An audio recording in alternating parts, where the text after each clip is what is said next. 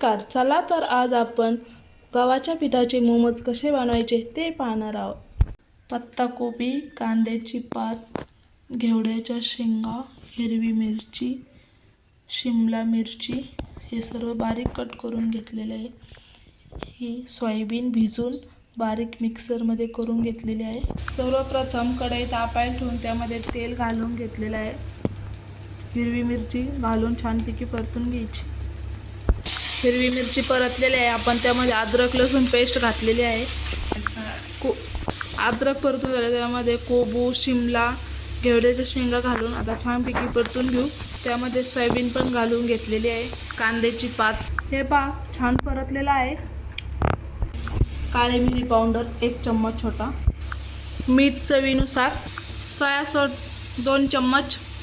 आता हे सर्व मिक्स करून घ्यायचं. हे पहा छान परतलेलं आहे. आपण आता त्याला प्लेटमध्ये काढून थंड करून घेऊ.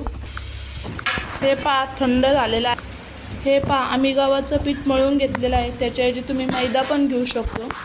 आपण पोळ्या करतो तसं पीठ मळून घ्यायचं.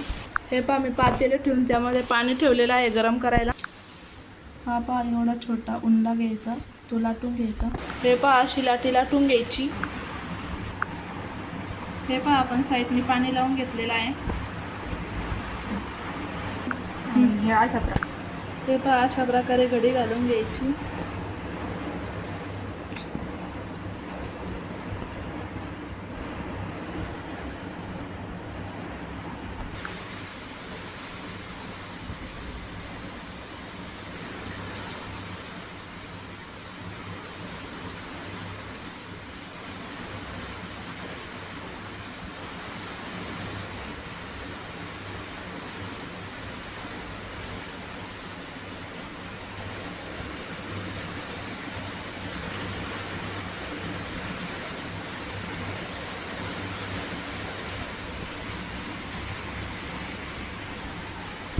हे पहा आपले मोमोज बनवून तयार आहेत.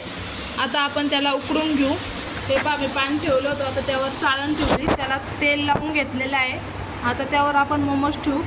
हे पहा आपण चाळणीमध्ये ठेवलेले आहेत. आपण त्यावर झाकण ठेवू. तुमच्याकडे चाळण नसेल तर तुम्ही इडली पात्रामध्ये पण करू शकता. 10 मिनिटं झालेले आहे. आपले मोमोज छानपैकी असे वाफळलेले आहेत. व्हिडिओ आवडला तर लाईक, शेअर आणि सबस्क्राईब करायला विसरू नका. धन्यवाद.